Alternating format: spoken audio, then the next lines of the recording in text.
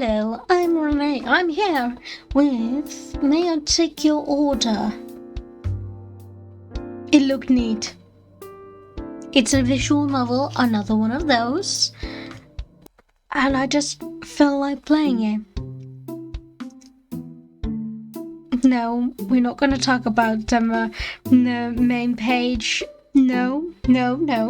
Alright, I've been filling out a few applications today, and this is the last one. I've been applying to work at restaurants all over. It might not seem glamorous, but I want to see how different places are run. If I want to open my own restaurant someday, it's crucial to see what does and doesn't work. A friend told me I should save my top pick for last, and I should really kick him for that. My hands are about to fall off. It's a pretty ritzy establishment, but comfortable. Fancy, but not overpriced. Important clientele, but still kind and inclusive. If you can't make connections here, you're dead. Okay? Financially speaking. Well, that's good. Not a good thing that is literal. And the food, remarkable. I have never heard of anyone ever having a bad meal there. I gotta know how they accomplish so much. So I try not to be too nervous and fill out this one like it's any other application. My name is Renee. There we go, Renee. I fill in my address and try not to despair over my handwriting before getting into the personal section. My gender is, let's go with female. I finish filling out the form. I grabbed the pen and leaned back in my chair. Man, it's nice to be done. Well, except for heading outside and turning them all in, one at a time. Great, we love that. Better get to it. 2 weeks later, and I'm waist deep in my first Saturday shift at the restaurant. Busy doesn't even begin to describe it. After 7 hours of a weekend rush, I'm ready to go home. I stop off at the table 6 and go through the motions. Thank you for dining with us, sir. My name is Renee, and I'll be your server this evening. He smiles at me. Pleasure to meet you, Miss Renee. Have you dined with us before, sir? Yes, indeed. I'm quite happy to be back. Just you this evening, sir? No, my girlfriend will be here shortly. I'll just have a cup of coffee while I wait for her. I'll go get that for you right away then. No rush. No. That's nice. Countless families and couples have come and gone today, but for the past hour, that one guy has been clogging up table 6. Are you doing all right, sir? He checks his watch again. Yes, I mistook the time. She'll be here any second. He's been saying that for the past 45 minutes. I would tell him to back it up and leave, but he doesn't have to look. I would expect someone in his position. There's anxiety, but only a little bit. And there's no disappointment. Not a shred of doubt in his eyes. He really thinks... Excuse me, he looks up at me. It seems like he's come to some sort of a decision. Thank good... But this is a restaurant with crayons, correct? Yes, sir. We have those for kids. Excellent. A sting of ferocity enters his eyes, one that doesn't quite pair with a natural with crayons. One, please, and red if you got it. Yeah, sure. Why do you want crayons? A crayon, I suppose. I'm not about to argue with the customer, so I head to the front. It's not exactly usual, but the guy has been sitting here for half an hour with no phone. I'm caught between pity and irritation, and hope for the umpteenth time that he has enough empathy to tip well on the single cup of coffee he's been nursing. There's a small tin with several crayons. Let's give him a red one. He asked for a red one. I snatch up the red crayon. No sense being mean to him. He may be weird, but he's probably having a bad night too. I bring the crayon over to him and hand it over. Thank you, Miss Renee. It's no big deal. Are you okay? I saw you don't have a cell phone, but we could call your girlfriend and... No warning, no nothing. He knocks everything off the table and climbs right on. What? Sir? Please get down.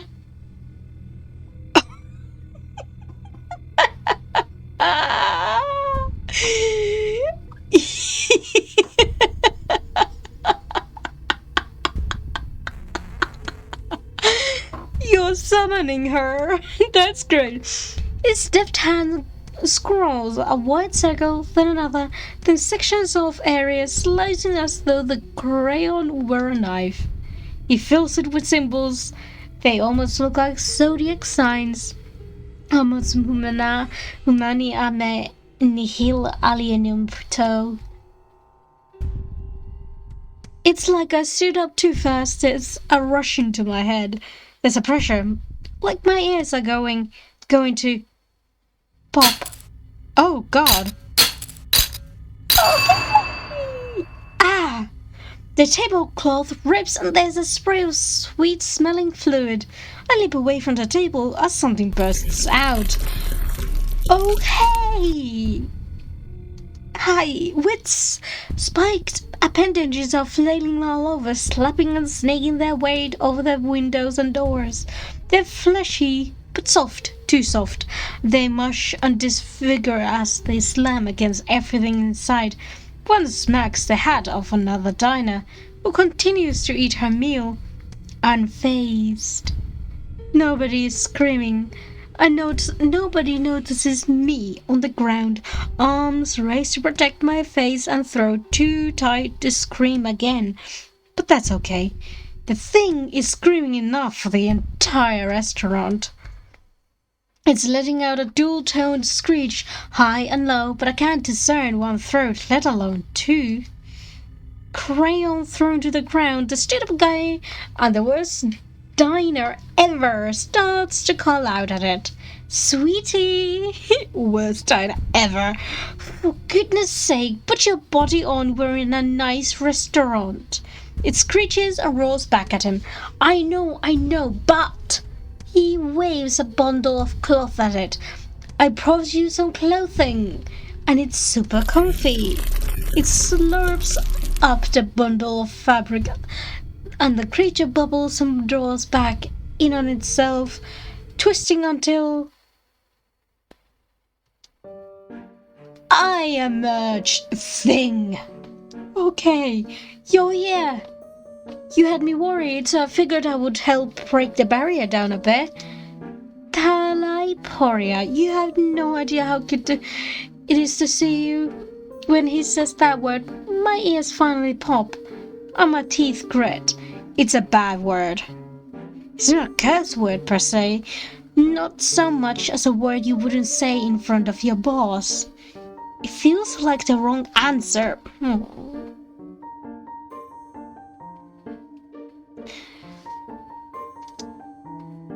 In a classroom or a meeting, the moment when everyone turns and looks at you and you just want to sink through the floor. I just want to sink through the floor. I want to go very quietly, go get my coat and change my name and move to whatever town is on the exact point on the globe from where I'm currently standing. You informed me that the barrier was going to be frail in this portion of your world. I will hold you responsible for the trouble. He's beaming at the thing that came out of the hole, but I can't look at him. It hurts to roll my eyeballs towards it like I'm dehydrated. When I close my eyes, the dark behind my eyelids is so cool and so soft. Ha! There are tears running down my cheeks. I hadn't noticed. The guy, Hendrik, beams and gestures towards a gaggle of eyes and puffy wool. This is my girlfriend, Talaiporia. mutant microbe. I may choose to craft for myself the form of a creator, a birthing one, but I am capable of far greater creations than your prepubescent females, and far more erroneously. I have no idea what that means. Your inflamed ego thinks I would deign to refer to you as any former companion? Her words wash over him like a gentle breeze. Looks like she could rip his face off, but her role just makes his eyes bring with joy.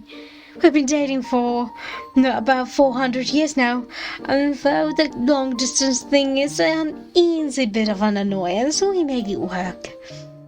The moment I finally devise an effective method of accomplishing your demise, I will rip your soul from your ever-regenerating body and chew it to gruel. He sits down at the all-destroyed table and picks up his menu. But until that beautiful day when I can finally be with you forever, you're going to need to eat something else. Teleporia stops. She looks at me, and I bounce between eyes, trying to make contact with one that doesn't stare down into my deepest inadequacies. There is human fuel here. I nod. Her mouth breaks open into a smile? Excellent. You are spared from punishment, Hendrik. If only for the moment. She sits down, but not on a chair. Dozens of her tentacles are still present throughout the entire room, spikes driven deep into surfaces, blocking all exits. She settles into one of the squishy appendages, looking pleased. So, maybe we should order an appetizer. It's not that I can't believe this is happening. I have an open mind. But as far as sudden supernatural shifts in my life, I was really hoping for wizard school. I mean, who doesn't? Or plain old haunting. Some ghosts are pretty cool, right? At least a zombie or something, I would know the rules here. What are the rules with this thing? Do I throw rice on the ground to stall her? Will she attack me if I touch her with iron? I would listen to my gut, but I can't make out anything but general foreboding. Demon? You summon demons, so that fits. But I don't know, something that doesn't seem quite right about that. Maybe she's a... excuse me? Oh, I can barely think, but I can at least fall back one set of rules. I struggled to stutter out a rote reply. Would you like to start off with a soup or a salad tonight? The man grins and gives an eager nod. Could I please get the plum the cheese salad, and for my sweetie, Teleporia rolls her eyes and her teeth flash as she cuts in. Hendrik, I've been on enough of these sham dates to know that ordering for your companion is rude. His face falls. But it's been ages since you've eaten any food. You're chewing on the fork right now. She gives him a glare and slowly places the slightly bent cutlery back down on the table. Fine. But before he can say another word, she makes her move. I don't want your advice, though. I want a young human to choose for me. Oh, no. His eyes annoyed, but he checks himself before looking at me. I think he knows that she's putting me on the spot. I can appreciate he's trying to look out for me. I mean, I would appreciate it more if he could have not some kind of eldritch thing during the already busy afternoon shift. Or at all. I use my throat open enough to squeak out. Lamb chili, tomato biscuit, lamb chili. What would you like? You've got a lot of ice. Tomato Bishki, lamb's chili. This doesn't seem mean much of anything to her. Great. What would you like for your entry? She slams a fist down on the table. My stomach lurches. First, bring me the matter. The physical form requires fuel to sustain itself. I turn on my heel and fly out of there. An excuse to leave. If there are any kindly extra-dimensional beings looking down on me right now, I would like to take this moment to thank them. I rush into the kitchen. Back in the kitchen, everyone's still bustling about. Other servers are calling in their orders. Ambitious cooks are working. The slightly less ambitious cooks are cracking jokes with each other. They're oblivious as the customers out front. I can see my manager discussing some menu changes with the head chef. Hey, does anyone else see what's going on out there? But nobody turns to look at me. Hey, I'm serious. What's going on? Are they ignoring me? Do you just expect me to come back here and bring in this order like nothing's wrong? I take a sarcastic tone. Yeah, we got a blue cheese and chili for table 6, just a usual night, right? Without warning, a tray with the order is put down on the counter next to me. But other than that, there's no hint of a glance, no guilty looks. Hey! Nobody even flinches. Fine. Looks like I'm on my own. Okay.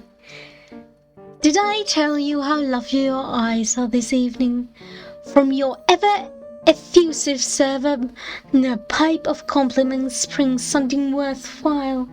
I made most of them myself, but the eye in the center of my head was my reference object. I couldn't even tell the difference. Your anatomy has gotten so much better since the last decade. It is easier when I have a fresh supply of study materials. So I suppose I can remain here as long enough to consume some matter. Let no sentiment being claimed that I do not repay my debts. Well, that's just one of the perks of the job. Teachers can bring home knowledge, cooks can bring home food, and surgeons can bring spare body parts back to their girlfriends. Okay, can't they? No, I don't think they can. I can say with a relative certainty that isn't how it works. If I ever find out this man's last name, I am calling his hospital. I am never going to his hospital. I serve Talai Poria her chili. Try not to get too close. Please be careful, it's very hot. Remember, sweetie, that too much heat can injure. Silence, meat garden. I know what to do with volatile heat sources. She flings the scalding liquid across the table and it hits Hendrik square in the chest. Ah! He rushes out to the bathroom, face red from pain. We don't serve our soups at the heat that could permanent damage. Could do, but that still has to hurt. She closes most of her eyes and inhales a deep breath, satisfied. When she speaks again, her rough voice has a tranquil tone. Clean it up, human. This is an establishment with standards, is it not? Well, it was, I mutter. The elegant charm might be a bit altered by a sudden presence of giant tentacles. She snuggles down into her seat. This is a gift for your owners. This is a sliver of my true form. Well, it is lovely. Sorry that you didn't like the chili. Apology unnecessary, human. I enjoyed that immensely. She sniffs the air, and it smells nice as well. She dabs a little meat on her neck. This body has concentrated the blood flow around the throat and wrists. These pulse points heat and disperse points heat and disperse stray molecules of matter, allowing humans to perceive them with noses. She seems very pleased with this luxury. Ah, yes. Yes. She wraps the scarf around herself. Now that I think about it, the clothing Hendrik brought her is all very heavy. A maxi skirt, a thick sweater, and a blanket scarf. The way you're clutching that scarf, are you cold? You may not have my scarf. It retains my heat. I will continue to generate and retain heat, and it will belong to me, not you. I take a step back.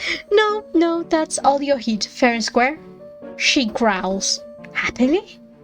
Yes, all mine. Hendrik will be procuring more matter this evening, which will continue to power this form. Physical exertion is a luxury, the caloric energy necessary to move, but a digit. She lifts one of her own claws. Is precious. I've gone for thousands of years lying in wait for a foolish summoners to tear open rifts and let in the good heat from your world. Taliporia leans down on the table. The edges of the scarves trail into her chili. Or at least what's left of it. Is it selfish to be happy that she's disarmed now? I look at the still present tentacles and recalculate that statement. She at least cannot harm me with the soup. And that's something. So, human, do you enjoy generating your own heat? I very much do. I do. I like my heart. It's doing a good job. Well, it tries at the very least. I do. I like it. I do enjoy hunting. Actual consumption of matter at times comes a second to the thrill of pursuing a terrifying creature. Well, I was thinking more about exercise, to keep in shape. She stops. Do you waste your fuel on extra heat? No, it's not a waste, it's fun. She hisses through her jagged teeth. The human enjoys this, does she? Yes, it's nice being able to move, isn't it? She taps her knife against her glass. Well, I suppose. Phew. And Hendrik returns. Getting along well? As well as might be expected. Still, thank you for keeping her company. We'll eat our appetizers and... She shakes her head. I'm finished with mine. He laughs. Of course, how could I forget? So then, would you like to move on to the main course now? The next part of the meal? Ah, yes. With the larger proportions. Hendrik points to a menu. So, what were you thinking about? I always like steak, but I admit I was kind of thinking about splurging on the... Hey, human Renee. I snap to attention. Yes, ma'am. Choose. Do it promptly and wisely, or else I will need to consume something else for the main course. She's staring at me right in the eyes, and her gaze lingers on my mouth. She stares at my teeth and licks her lips. Could you eat my teeth? Well, I think you would enjoy a beautiful porterhouse steak.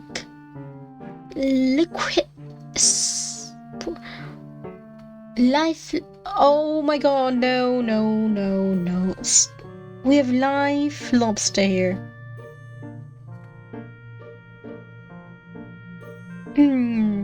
She was very happy about the steak. Steak. She certainly recognizes that word. And I wouldn't normally recommend doing this, but there's bone, a piece of cow skeleton in the steak. Would you? Maybe you might also be able to eat that. Apparently, yes. And I'll have the lobster, please. He looks a little embarrassed. It is a knife for celebrating, Hey, I don't mind. Rack up that bill. He chuckles and I head off to the kitchen. Okay. The cooks prepare the dishes as usual and hand them off to me. Just like last time, never making eye contact or reacting to anything I say. Both of these meals require special cutlery. Do they? I've got a lobster fork and cracker for Hendrik. And steak knife for Talaporia. The serrated edges gleam in the murky light. Is it really a good idea to hand a weapon like this over to her? I mean, she can still kill you without the weapon or not. I'm on my own here. Noble will help me if she attacks me. Or maybe, since nobody else will help me, I'll have to deal with the situation myself. She hasn't made a move to harm me yet. But she did do a number on the dining room. It may be only a matter of time. Time to what? I had a shower in the meantime. You probably noticed something. It's different at the very least. As I look over at table 6, it's time to make a choice. What should I do with the knife? I'm gonna do it. I'm gonna try to kill Talaporia. No. And get rid of it. I'm gonna give it. I mean, fighting them seems a pretty bad call. Yeah, I'm not gonna not give her a knife. I mean, she won't probably even use it. She's more likely to strangle me with her tentacles than fight with a human weapon. And there's no sense in making things really awkward, right? The night's been going surprisingly well. And yeah, I'm gonna count on not dead yet as surprisingly well. I served the dishes as usual, placing the lobster cracker and fork by Hendrik, the steak knife next to Taliporia's place. She glances at it, but not for more than a second. The only thing she's intent on attacking is her dinner. Yeah. Bloody juices flies from the steak, dripping everywhere, pooling in her lap, sprinkling onto her seat, flinging onto the tablecloth, speckling the crayon lines, which start to bust slowly. Should I call this their attention? Your summoning circle? They look up at me. I point to the table where the wood is already beginning to shimmer and warp. Oh, sweetie, you are opening the rift back up. He scrounges on the floor for a moment before sitting back up with the crayon. We watch as he crosses out a line here, smudges a line there, until the table looks normal. Looks, if not normal, then at least Euclidean. Actually, that is impressive. That is incredibly Euclidean. You know, seeing as Euclidean is 2D. So, I'm kind of scared. Non-Euclidean, I don't remember the last word, is 3D science thing. So, I don't know. Don't trust, Lovecraft to explain you math. He didn't know shit. I know this is a good time to retreat back to the kitchen, but I can't help but ask. So, did you just close the circle back up? It looked like the lines were already smudged before this. How precise do they need to be? He chuckles and picks up one of the lobster claws. This wasn't a circle for summoning or making a connection between realms. He places a claw inside the lobster cracker. This circle just eroded a barrier in already weak location. Usually this place's owner keeps the doorway nice and clear. Oh well, mistakes happen, right? Just let her know to have a look at it, okay? Absolutely. She and I are going to have a long talk. It was no trouble. It starts to squeeze the cracker. If you know how anything works, it's easy to destroy it. The shell snaps open and it begins to dig the meat out. Talaporia peers at his hand, closely watching as he dismantles the creature. Would you like some? Pah. And where's the preparing of my own meal? My beef steak is delicious, peon. Suit yourself, but you're missing out. On what? Steak. steak is filled with calories for fuel and proteins, which are building blocks of DNA. Name one thing that makes your meal the superior dish. I start to take a step back. They're eating. I can leave them in peace. Time to get out of here before... Human Renee? Gray. Yes, ma'am. Remain here and bear witness to my would-be mate's crushing defeat. Yes, ma'am. There are few things I want less than to stay in the same area as these two, especially if they're going to fight. Sweetie, you know I would never want to argue with you. I respect your opinion at all times. I feel like you're being a patronizing bastard. Even when they're wrong. Ugh. Oh no. I am a deity. You cannot comprehend the depths of my knowledge. If I should make a statement, then it surely is so.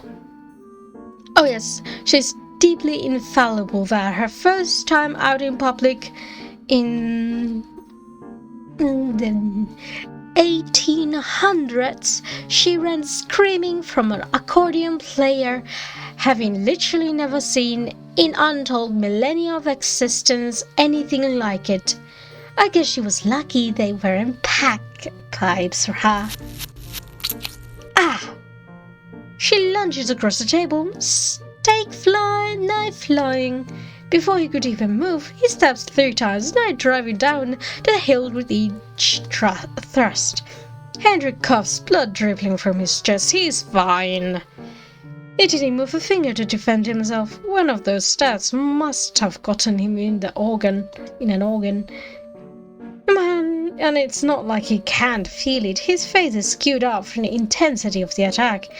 I suppose that was uncalled for, wasn't it, sweetie? I'm sorry, I must have missed what you said, 'cause it sounded like you were spinning lies to the human. Never, darling. At a complete loss, I pull an extra napkin from my apron and hand it over to Hendrik. So, human, have I won the argument? I'm gonna say yes. Pretty definitely. Ha! Now knifeless, she picks up her steak and rips a chunk off with her teeth. Let that be a lesson to all. I won't be forgetting that anytime soon. Before I go, is everything to your liking? Is the food, power in your true form enough? Silly Renee, when in my true form, I do not consume human fuel. This human template and my... What did you call it? Hendrix caught mid-bite and he covers his mouth to respond. Human sona. Like fursona. My human sona. It consumes calories, inhales oxygen, excretes feces, all the same as you yourself, I assume. I never expected to have a restaurant patron ask if I breathe and poop, but here we are. But my true form will require something much more deeply sustaining. She stares me down. She looks at my teeth again. She looks me in the eye. She holds that eye contact and waits. I try not to squirm, but my moxie is inadequate for this situation. She waits, and then she laughs. I can breathe again. Delicious. A light dusting of fear, nothing too overwhelming. If that doesn't strike her as much fear, please never ever let me learn what does. So you eat fear then? It falls under my perfume. Suffering. Sweetie's true form eats concepts, and she builds her human soda to have quite the taste for them too. Any form of important emotion can sustain her, but she's picky. I am not. Suffering is the only thing worth eating. Eating anything else would be beneath me. It's okay, whatever you eat. I love you just the way you are. And I would like you much better with several more stab wounds to the head. Anytime, sweetie. Okay! He was blushing. I don't want to know. Though I managed to sneak away for the next 15 minutes, I know that I'll eventually have to return. I'm gonna leave this episode here. I hope there's some more, but it's going a bit long now. Anyway, I hope you liked this episode. That was an odd encounter. I have no idea who I'm more scared of. The deity or the surgeon who's a bit of a freak, a 400-year-old human. Okay. Anyway, check out the game. I'm sure you can do something else too. There's other options you could choose if you want to see those. And you know the drill. I hope you have a good day and bye!